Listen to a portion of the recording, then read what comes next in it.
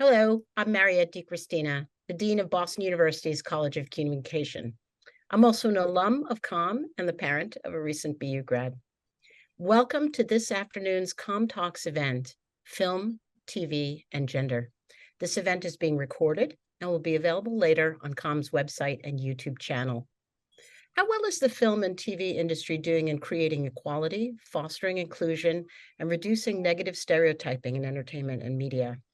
Our panel discussion is going to give you an insider's knowledge of the business and state of progress today.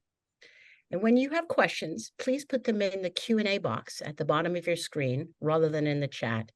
And please feel free to put those questions in there at any time. And we promise there'll be plenty of time later in our discussion to pick them up. Now it's my pleasure to introduce today's speakers. First, let's say hello to Bonnie Hammer, who's Vice Chairman, NBC Universal.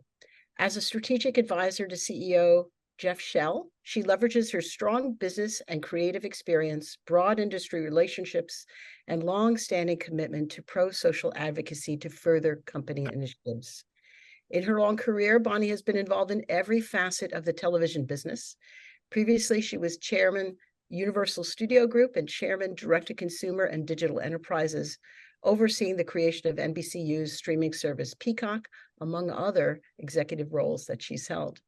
Bonnie holds a bachelor's degree in communications and a master's degree in media and new technology from Boston University, and I'm super grateful that she's a member of COM's Dean's Advisory Board. Welcome, Bonnie. Delighted to be here. So glad you're here. Now let's say hello to Madeline Nonno, who's president and CEO of the Geena Davis Institute on Gender in Media, the only global research-driven advocacy organization working within the entertainment and media industry to create gender balance, foster inclusion, and impede bias and stereotyping in family entertainment media. The Television Academy recently honored the Institute with the Governor's Award Emmy for its profound, transformational, and long-lasting contributions to the arts and science of television.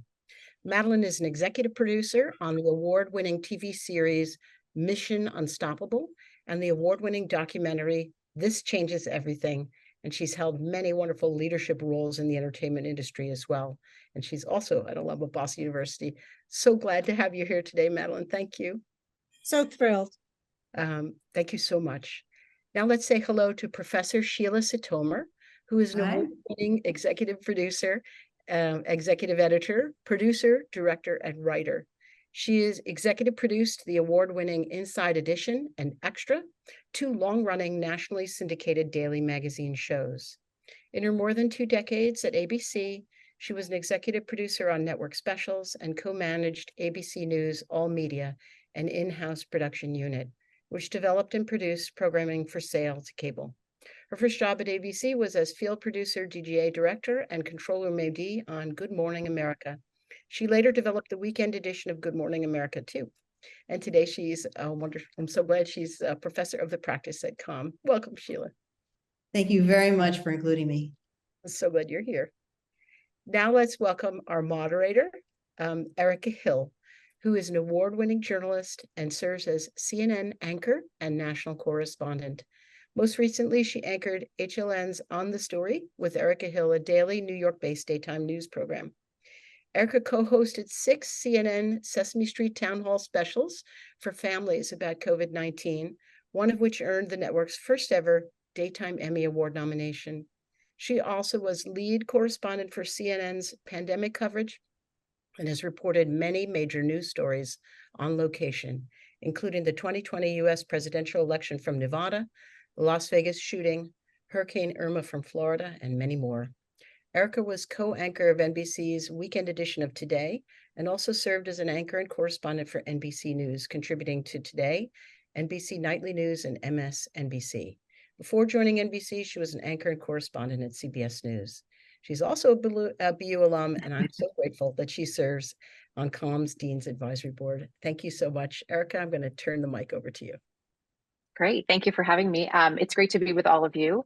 And so wonderful to meet some of you. I know some of you I'm just meeting for the first time, and I've been really looking forward to this discussion. So I was thrilled when Mariette asked me to be a part of it. There is such a discussion, I think, about representation, which often is about what we actually see. But so much of representation, I believe, is really driven by who is behind the scenes. So we're going to get into both of those aspects and a lot more today.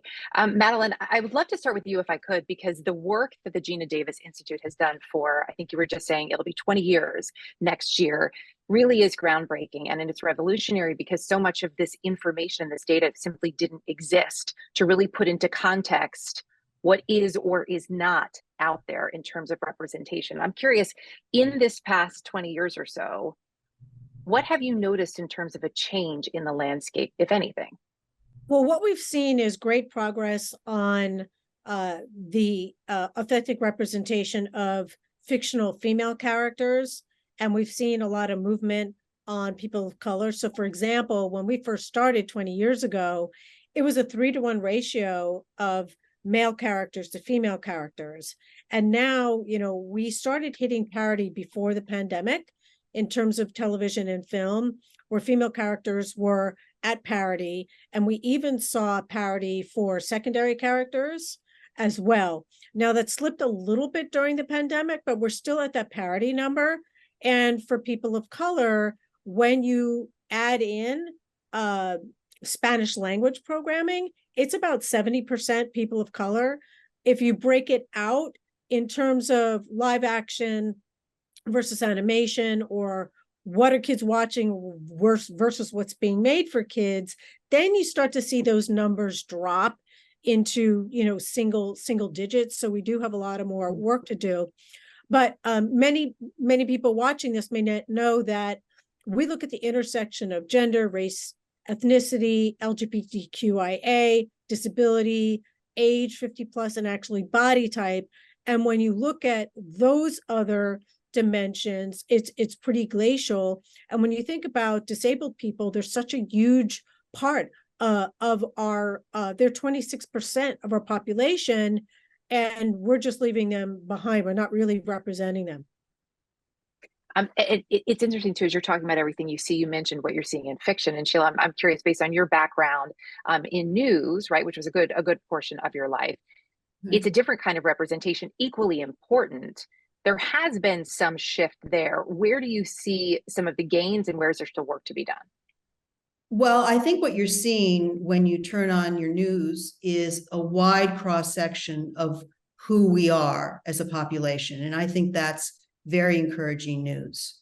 The other piece of encouraging news that I see is a plethora of women of color and women of other races assuming executive key decision-making decisions.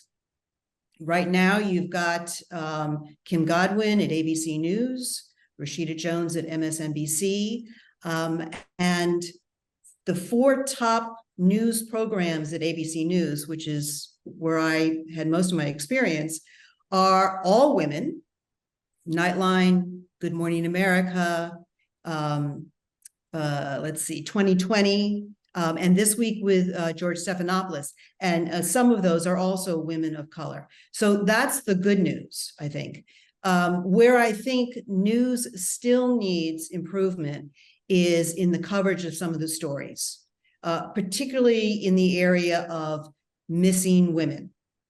We're still confounded by the missing white girl or woman syndrome. And there's a disproportional number, for instance, of Black women who are missing in this country, Indigenous women and girls.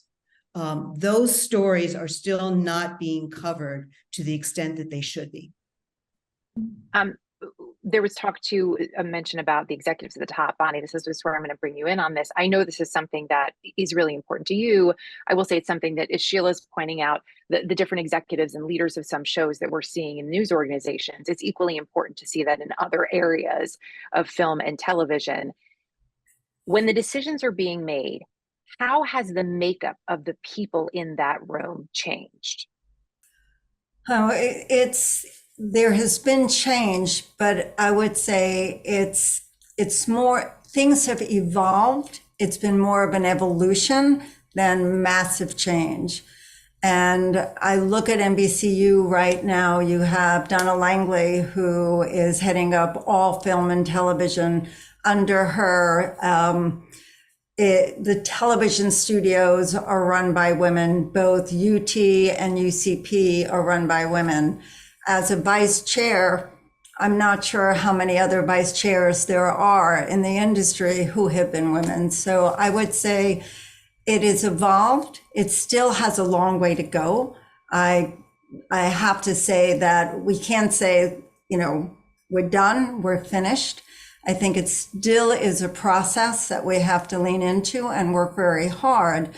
The one thing I advocate, and I don't think is happening enough, and it's a bit sad, I'm still not convinced enough women support other women.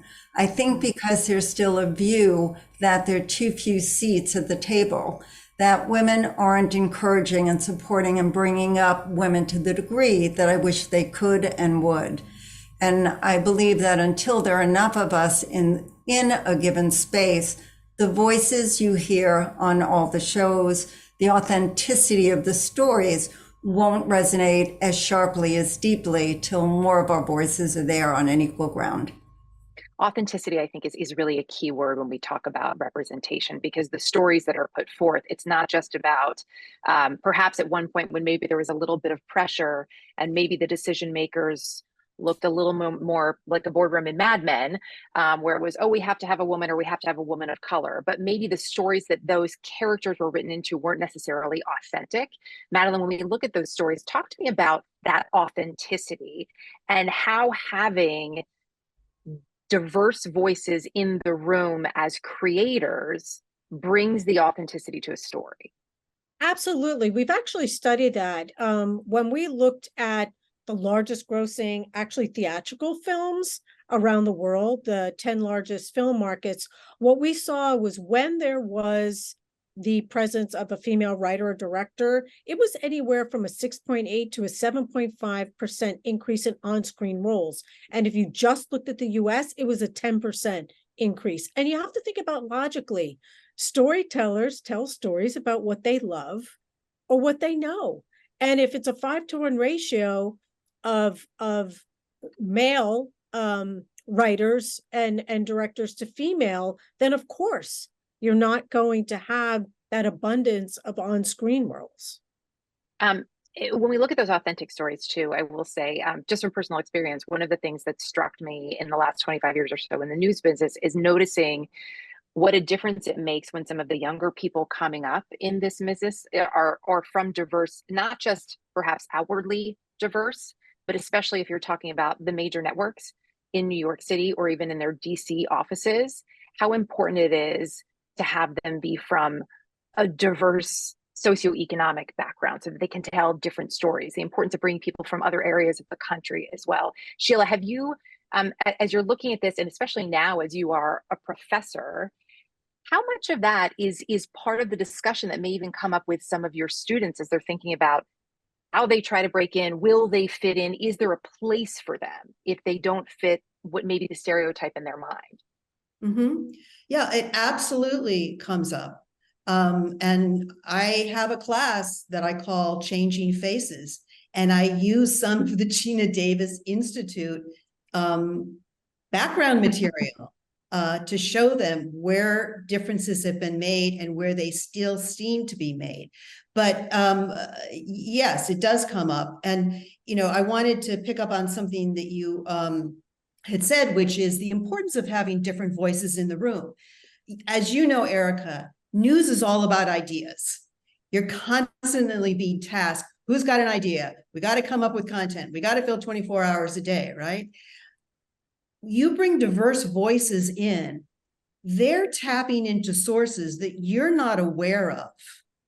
And so you need that energy, you need that engine driving the business to bring those ideas, to bring them to the forefront so you can tell those stories.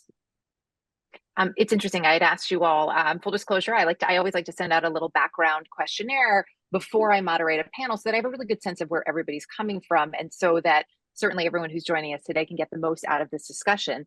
And one of the things that came up as you're talking about tapping into these other areas, Sheila, what I found was interesting is I asked you all, who do you think is driving a lot of this change? Is it the advertisers? Is it the creators? Is it consumers? And Bonnie, what I thought was really interesting is you hit on each one of those. And the reality is it's all of the above.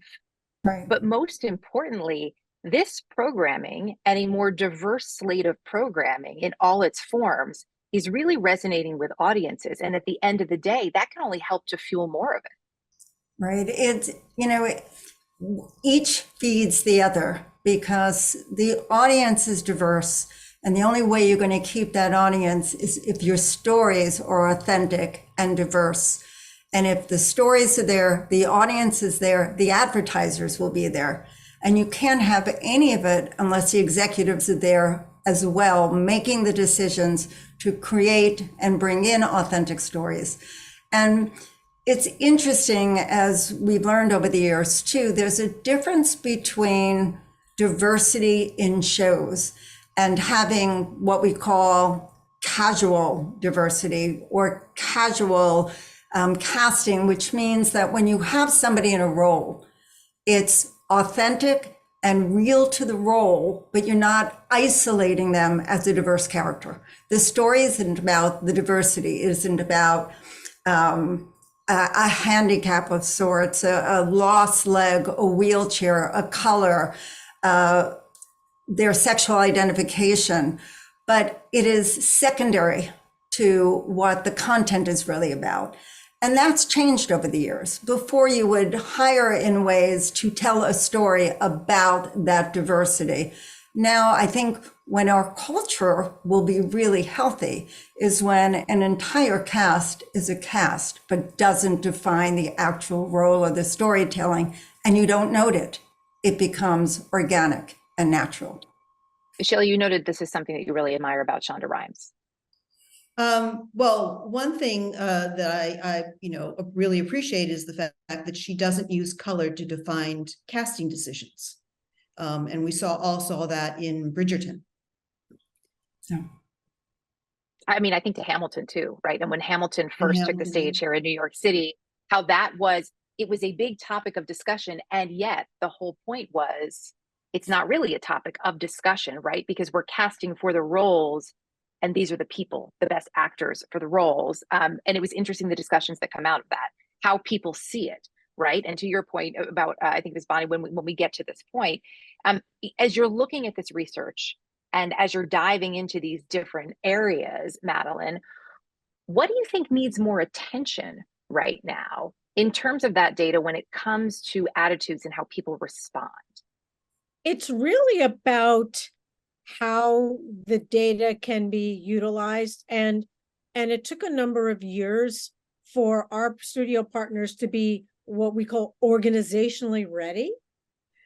Because 10 years ago, people who were looking at diversity, equity, inclusion were in a CSR function. They were looking at workplace safety. They were looking at hiring. And then all of the major studios started putting very seasoned executives in the business unit.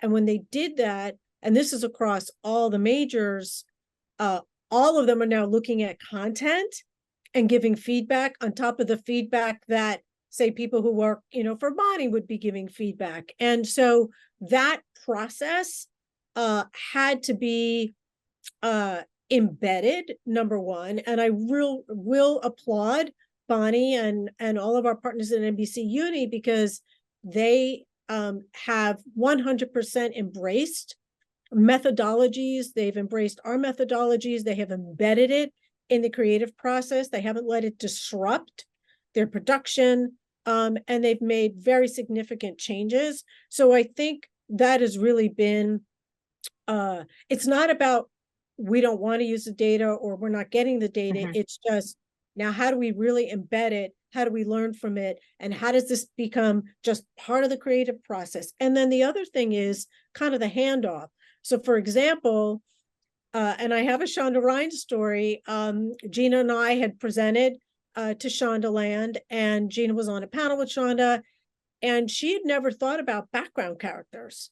And she and Betsy went back and looked through all their shows, and they realized that the majority of the background characters were male and white. And that's because it's a second AD who's pulling extras and putting them on set. So it has to pull through, and there has to be that expectation that, from after the sign off to production to who is actually making decisions, that strategy pulls all the way through. Because unless it's explicit in the script, or unless an expectation has been set forth on the production, the default, especially when it comes to background characters and secondary characters who are contributing dialogue, is going to be white and male. It's so fascinating. Bonnie, when we talk about DEI too, I know for you, it's important, I think, for a number of people, but you have really pushed this as well. This can't just be a buzzword. And it's interesting. I think it did get to a point where maybe it felt like a buzzword, and then there was a lot of pushback, and we've started to see some pushback out in the world. And yet it's sort of, I don't know, I sort of scratch my head sometimes when I see it, thinking, why would you want less? Why would you want less representation? Why would you want less diversity? Why would you not want more people to be included? In terms of making it intentional at every level, Bonnie, are you seeing more or less resistance to that in this moment? Well, first of all, your word intentional is exactly the right word. It can't be a buzzword. It can't be, a group at your company that is overseeing DEI. It has to be ingrained in a culture, so that regardless of what division you are, regardless of whether you're a vice chair or you're a new production assistant, the values and the culture have to exist there in order for people to have it be organic, for people when they're interviewing new people to bring in. It's not a thought process. Well, I have to interview 5 diverse people. It's, of course, I want to interview, a multitude of people coming from everywhere. Same thing in casting. And your point about background casting, most people don't think about it, but unless it really represents the world out there, you can't relate to it. And it causes, it's a trickle effect. If you don't see it on air, you're not going to write about it. If it's not written about, you're not going to hire the right people. If you're not going to hire the right people, the storytelling isn't going to be there. So in representation, it has to come from top to bottom, inside, and also in the writer's room and everywhere else, where those things become organic. And until they do, they have to be talked about. You can't just assume that somebody is going to cast or bring in the right people outside if it isn't, in a sense, mandated, but organically in the conversation from day one in a writer's room or in an office meeting. And it's an evolution.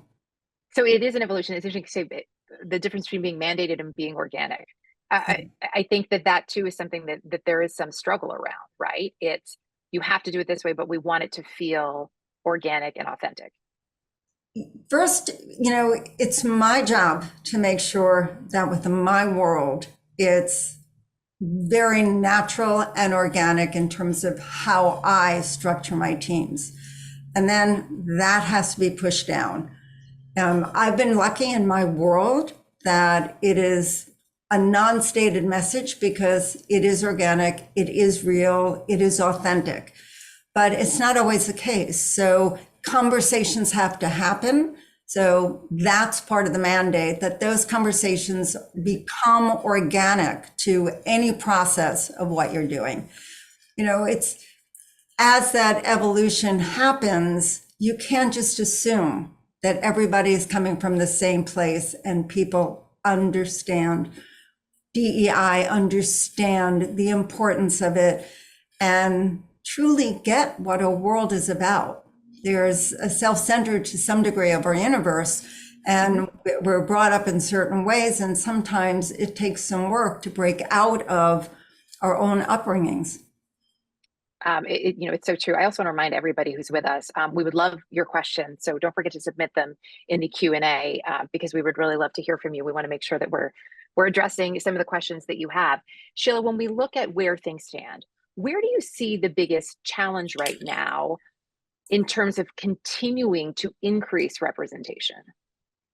Well, I teach a course called TV management, and we're talking about where the TV industry is right now. And I think there's a period of reckoning happening right now. Streaming is not the cash cow that it perhaps some thought it would be. Belts are being tightened. Budgets are being slashed. There are layoffs. There are strikes. And I think the danger is, with all of this comes the possibility that there will be fewer projects created. And in that process, fewer voices will be heard. That's what I see right now as a huge challenge. How do you overcome that? I'm really putting you in the hot seat, huh? I don't know if I can overcome it. I mean, one thing that students talk about is, how do I get my idea heard? I don't have an agent, I don't have a manager, I don't have a lawyer, I don't have a track record. So I think that's a challenge for young people who have great ideas. How do they get them heard? And Ben Stiller was with us on Friday night and was very honest about all of this and said, create those projects.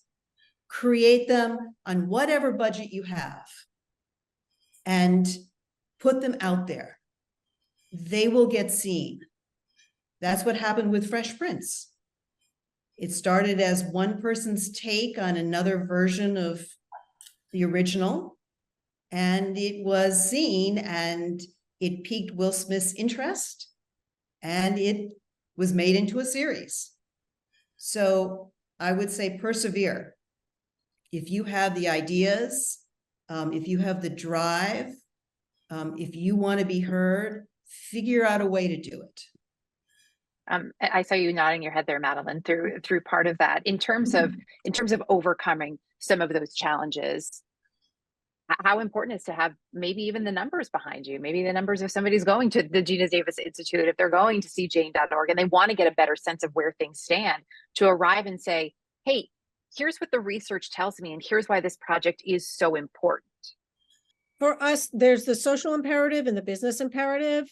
And so the social imperative is, which Bonnie spoke about, and Sheila, you have to look at our census, our population.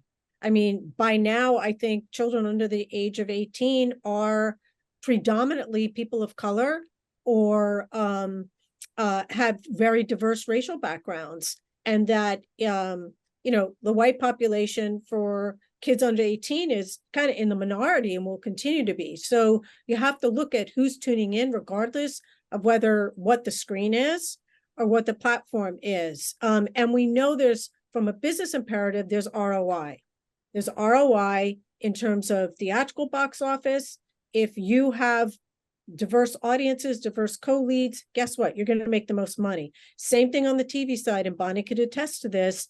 If an advertiser is placing an appropriately diverse commercial in a pod next to an appropriate diverse show, guess what? Not only will you have more brand love, the viewership is there, and guess what? You're going to see some sales lift as well. And so it is the social and the business imperative that it's really important to take advantage of. You have to recognize, that our population is, over 50% female, it's 40% people of color, 25% are disabled, and then 50 plus, don't even get me started about age, it's 46% of our population. It is the healthiest and wealthiest people in the world, and yet they're rarely seen. They're single digits in terms of storylines or portrayals. It's such an important point. And I like that you brought up a second time when we talk about representation for people with disabilities, noting that it's about a quarter of the population. Bonnie, you brought this up as well in that free questionnaire that I sent around, including those who are neurodiverse. Where does that stand? Do you think that there is a resistance in some ways to see more of that on the screen, or is it just that we sort of collective, we haven't figured out how to tell those stories authentically? I think it's a combination. I think both of those things are very real. I think there's a discomfort because they don't know how to put it out there. There's not enough information. If 1 out of 4 is disabled in one way or another, people don't yet know how to create stories where the handicap isn't the story. It is just a regular character that just happens to be a little other. And I think it's La Brea. There's a woman who is an amputee, a girl who's an amputee. The story of La Brea has nothing to do with it. At one episode, it does deal with it and talk about it, but that's not what La Brea is. But I think goes back to figuring a way to have a form of inclusion that doesn't define the story. A character is cast just like anybody, and you start getting comfortable with seeing other in roles that you don't expect them, whether it is a police officer in a wheelchair. The story isn't about the wheelchair and that police officer, and it's kind of in the background. So you start getting used to and comfortable seeing people in positions you don't expect them to. So it becomes normal, organic, natural. We're starting to do it. I just don't think we're going fast enough. And I think people still are a little bit fearful. And I think they need all the research we can get into the Institute to how do we do it without pointing fingers at it and representing it in a way that makes it worse rather than better, natural, and organic. And also to your point about having the correct language, I think that's something that is people are more and more aware of, in that in most cases, they don't want to offend anybody. So how do you make that happen in the room where it's a safe space to have a conversation and people can say, hey, I'm not sure how I'm supposed to say this. I want to do it in a respectful way. I want to do it correctly. I want to use the proper terminology. Is that a barrier? It is a barrier, but it shouldn't be, because like we have the Institute, we have fabulous editors, but I think people don't like to admit what they don't know. And, you know, if you basically just sitting in a room with very accomplished people, everybody has a certain amount of insecurity. We're human. And it takes a secure human to say, I really don't know how to represent this. What are the best words? Who should I show this to? It's a little bit ego. It's a little bit insecurity. There's so many factors in human nature that don't necessarily allow us to just let ourselves be completely real and say, I'm ignorant about this. We don't want to show that to other people sitting around a room. So we pretend that we have all the answers rather than say, who is the best person who to really check this out? So this is relatable. It's authentic. It offends no one, but it's real nevertheless. Mm-hmm. Real is so important. You know, I was struck, Sheila, you also mentioned, and I know you specifically called out Harvard economist 2023 Nobel Prize winner Claudia Golden for her work that she's done on the gender pay gap. And that is also a really important part of this conversation, because it's about paying people what they're worth and what they deserve across the board. That is still far from equitable. Even if we're just talking on a gender scale, it's even worse, as we know, when we talk about not just men and women, but specifically women of color, when we break that down. Why is that so important? What does it change when there is parity in wages in terms of what that means for the way stories are told? I mean, sorry, Sheila, that was for you. Yeah. Okay. Go ahead, Bonnie, if you want to. It's interesting because, you know, many years ago, I was in a situation, had an exact job with a set title of a channel, different channel, with a guy. And he basically had double the salary, equal experience, equal everything. And I'm going to do a call out to Barry Diller. But when Barry bought the companies and he saw the discrepancy, literally, he changed my salary in one day to make it equitable. That is highly unusual in our world. Yeah. And I do think it affects our security, our capability, and our egos in terms of how we perform. And I think it's extraordinarily important across the board, whether it's it's casting or anything else, that we really take a look at that kind of equality. And I know there is legislation, and there's certainly been a lot of talk about it here in New York to make that more visible, to add that layer of transparency. But Sheila, I'm not sure that I'm not sure all the kinks have been ironed out yet. Well, no, I mean, you've got cases, I believe, Netflix was cited by the New York Times, where they posted some jobs in California where they're mandated to show the salary range. It was absurdly, unrealistically wide. It was of no benefit for someone who was looking for that job. I know earlier in New York, I believe Citibank did the same thing. So companies have to not only abide by it, but be sensitive to the benefits to prospective employees and also their current employees. I checked into the California law, and there, even if you're already hired by a company, you are allowed to say to your company, what is the salary range for the position I now have? And they have to be able to tell you that. I have to give NBC credit. They're very transparent about it, and they've done it. That has been part of their game for many years, but even more so in the last few. I've been impressed with how they put out those ranges and how transparent they've been to all. And if I can just say one more thing, knowing what the salary range is and coming in to a company that you want to stay with for some time, if you're starting at a very low salary, let's say it's below the actual salary range, as you advance in that company and you get promoted, that promotion and raise is going to be incremental based on what you started at. So if you're starting very, very low, you could be there for 10, 20 years and still not making in your present position what others in that same position are making. Mm-hmm. That matters a lot.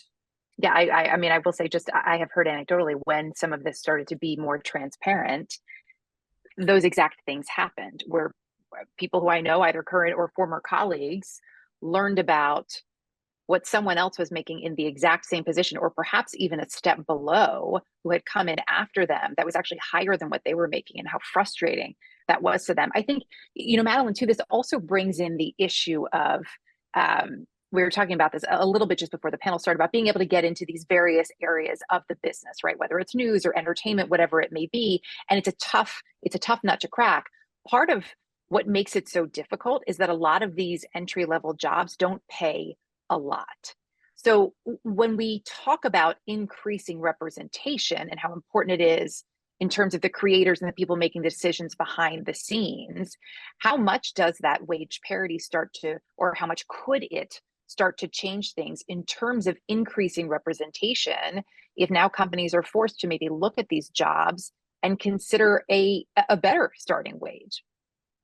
I would respond to it this way, and Bonnie would have a different answer, is I would say that, internship programs, the Television Academy has the best internship program in the country. They're paid internships.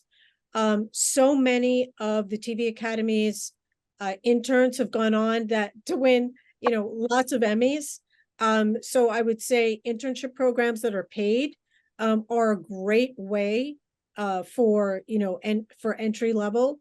And I've seen it, and I've seen the trajectory, and it's extremely diverse in terms of the students. They pull from HBCUs and 1,600 university and colleges across America. So I would say and I was so happy to see, because every year I'm like, where's BU? how many people from BU are in the internship program? And so they make sure that they call it out when there's somebody from BU in the internship program.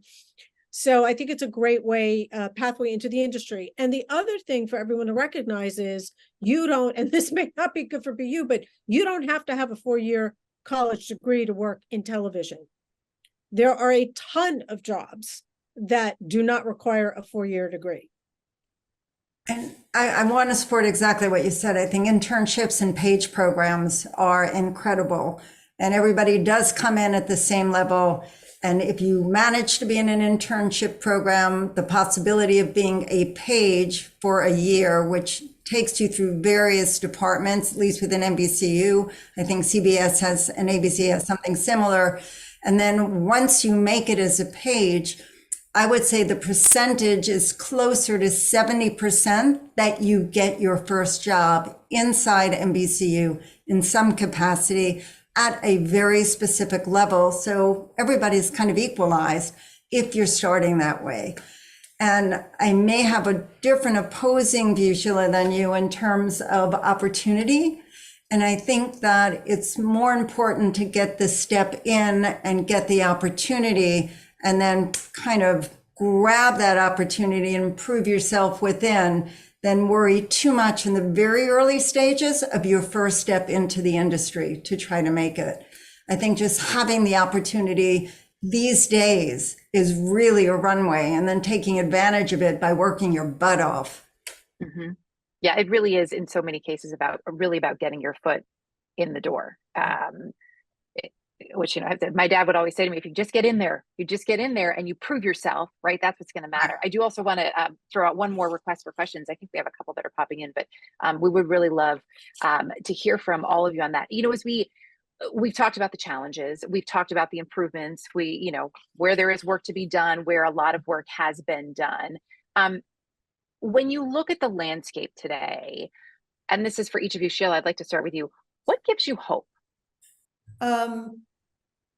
I'm seeing programs, and I can't speak to NBCU's program, but I'm seeing a couple of other programs that offer both the training, the internships, one of which is Shonda Rhimes. She started 2 initiatives with Netflix, where she is bringing young people from underrepresented communities onto sets and teaching them a variety of different skills, associate director, production design, sound, and then giving them the opportunity to get jobs within Shondaland on other projects. And I think that's a bridge that's key. Ava DuVernay has started a database, and she's recently hooked up with Brian Grazer and Ron Howard to connect. Bonnie, you may be able to say more about this. But basically, what they are now terming a global database of talented, skilled people available to work on programming. I think a lot of people are doing they're really active and kind of giving back at this point. And to answer the same question in terms of what gives me hope is basically more people, frankly, like the women on this call today, who are kind of paying it forward, being aware, having the conversations that need to be had, but also being accessible to the kids coming up right now, to be willing to have the conversations, to be able to be open, upfront, have your guard down, to answer the questions, be vulnerable enough to help them navigate the way through. And I do believe that it's very different from when I was young trying to navigate. And who I could talk to in terms of men versus women, diversity versus all white men, and gives me hope seeing that there has been change. And I think we just have to take that next step to kind of try our damnedest to keep that evolution happening. And I know, I mean, correct me if I'm wrong, Bonnie, but I'm pretty sure on this one, that's something that has been, you've touched on a little bit today, but I know it's something that has been so important to you throughout your career is, I mean, you talked about women bringing other women up. In terms of being a mentor, this is something that has always been, I think, really core to who you are and how you've lived your life professionally, I would imagine personally as well. Have you seen, and Madeline, I've not forgotten about you, but I'm just curious to pick up on that point. Have you seen more of a willingness? You talked about how there's still some challenges in terms of, women helping women, which I have to say, sadly, I've seen as well. Do you see that shifting a little bit? Are you seeing there's maybe more willingness, especially with perhaps some of the junior people on your team? I am, but I think it depends on who their mentors have been. I think the women who, when I look back naively, so I guess I'm proud to say that it happened more organically. When I started creating my own teams way back when, and I had the power to have my first team, when I look back at it, I had half women, 3 gay guys, 2 straight white guys. That was my team, knowing other than those were the best qualified people to get anything done. And as I've grown, and we're talking about decades ago, now to me, it's when I watch the people who've grown up under me and a few other colleagues who had a similar philosophy of nurturing, helping, not being afraid that somebody's going to take my job. Those who've had good mentors are very healthy and bringing up others as well, other people, other women, diverse candidates, you name it. They are not afraid that their spot is going to be taken. Those who haven't been brought up that way, those who haven't been fortunate enough to have healthy minded mentors, I think are repeating some of the less good behavior as opposed to bad behavior in terms of being too afraid that somebody would compete with them and get their job. I think it's a combination of being a bit secure in your own self, but also being lucky enough to have some really good people who you have worked for or who have touched you that has taught you differently. Yeah, those examples make such a difference. Madeline, when you look at the landscape, what gives you hope? There's a few things. In terms of storytelling and opportunities, there are so many people who have put themselves out there initially on YouTube and now on TikTok, and then they've made the leap back to more linear or traditional forms of media and getting shows. And so for anybody out there, if you're a writer, producer, director, just get your work out there. There's so many platforms. It's not, you don't have the same gatekeepers. There's a great opportunity, and people like Bonnie and people on her team are watching. They want to see who's the next artist, who's the next up and coming. So that I think gives great hope from a standpoint of getting into the business. From the work we do, which is really narrative culture change work, we really focus on what's happening on screen, because what happens in the world of make-believe can play out in the real world.